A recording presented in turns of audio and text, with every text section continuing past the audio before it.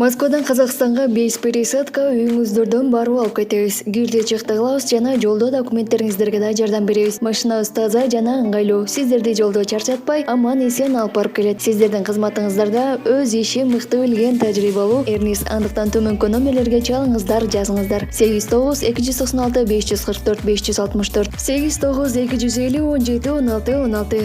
Биз ар дайым сиздердин кызматыңыздарда 24 саат бою байланыштабыз. Андыктан төмөнкү номерлерге чалыңыздар, жазыңыздар.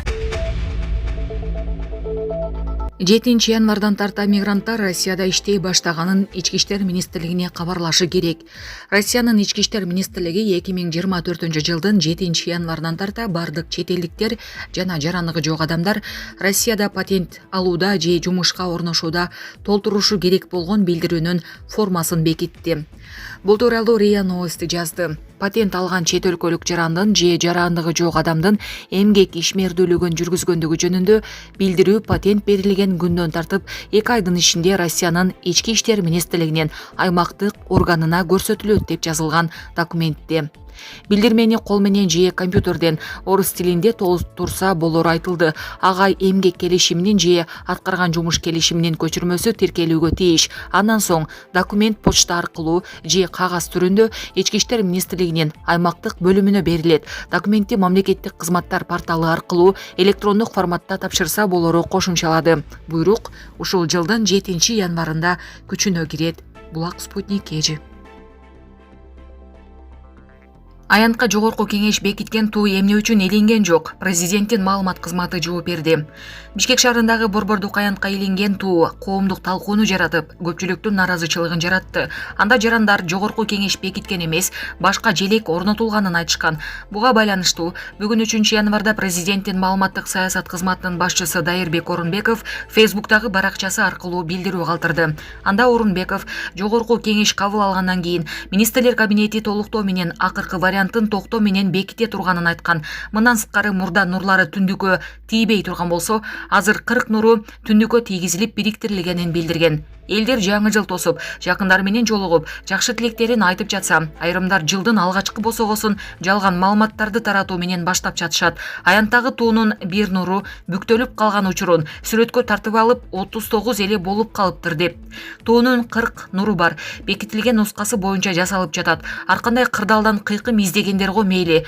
Адекваттуу эле досторубуз алардын манипуляциясына ишенип алышыптыр. Үйдө отуруп алып, ушактарды талкуулабай барып эсептеп койсоңуздар болот деп жазган Орунбеков. Ала тоо аянтына жаңыланган туу 1 январда илинген. Мамлекеттик тууну өзгөртүү тууралуу мыйзам расмий 2023 жылдын 26 декабрынан тарта күчүнө кирген. Президент Садыр Жапаров аталган мыйзамга 22 декабрда кол койгон. Ага ылайык мындан ары Кыргызстандын туусундагы түндүк 4 жамгарактуу болуп, күндүн нурлары түз тийген формада желбирейт. Желектин элементтерин өзгөртүү боюнча мыйзам долбоорун Тураган Нурланбек Шакиев менен депутат Улан Примов жазып, 28 сентябрда коомдук талкууга коюшкан. Бул демилге коомчулуктун наразычылыгын жаратып, көпчүлүк эл тууну өзгөртүүгө негиз жок экенин айтып чыгышкан. Аны жогорку кеңеш 20 декабрда 2 жана 3 окууда талкуусуз дароо кабыл алган. Булак Супер KG. Садыр Жапаров жаңы жылдык эс алууну чет өлкөдө өткөрүп жатабы? Президенттин маалымат катчысы жооп берди. Президент Садыр Жапаров жаңы жылды үй бүлөсү менен тосту. Бул тууралуу президенттин маалымат катчысы Аскат Алагөзов билдирди. Анын айтымына караганда, мамлекет башчысы жаңы жылдагы эс алуу күндөрүн дагы үй бүлөсү менен эле өлкөдө өткөрүүдө. Өлкө башчысы, министрлер кабинетинин төрагасы, анын орун басарлары жана тиешелүү мамлекеттик структуралардын жетекчилери менен дайыма байланышта. Керек болгон учурда президент аларды резиденцияга чакыра алат деп баса белгиледи Алагөзов. Буга чейин социалдык тармактарда Садыр Жапаровдун чет өлкөдө эс алып жатканы тууралуу маалымат тараган. Айрымдар президент үй бүлөсү менен Мальдив аралдарында эс алып жатканын жазышкан. Булак Супер KG. Өлкө өткөн жылдын 9 айында 447 миллион литр бензин сатып алган. Кыргызстан соңку маалыматтар боюнча өткөн жылы январь-октябрь 447,1 миллион литр бензин импорттогон. Бул туурасында Улуттук статистика комитетинен билдиришти. Жалпы көлөм 183,7 миллион долларга бааланган. Импорттогон өлкөлөр: Россия 407 миллион 687,2 миң литр, Казакстан 39 миллион 201,7 миң литр, Беларусь 157,4 миң литр, Армения 62,2 миң литр. Мурдагы жылы бензинди Кыргызстан жогоруда белгиленген өлкөлөрдөн сырткары Өзбекстан менен Түркмөнстандан да сатып алган. Булак Спутник KG. Токаев: Россиянын катышуусусуз дүйнөдөгү бир дагы көйгөй чечилбейт. Россиядагы президенттик шайлоо эл аралык чоң мааниге ээ болот. Анткени дүйнөдөгү бир дагы көйгөй Москванын катышуусусуз чечилбейт. Бул тууралуу Казакстандын президенти Касым-Жомарт Токаев Эгемен Казакстан жалпы улуттук гезитиндеги интервьюсунда билдирди. Россия дүйнөлүк саясатта маанилүү ролду ойнойт жана буунун коопсуздук кеңешинин туруктуу мүчөсү статусуна ээ.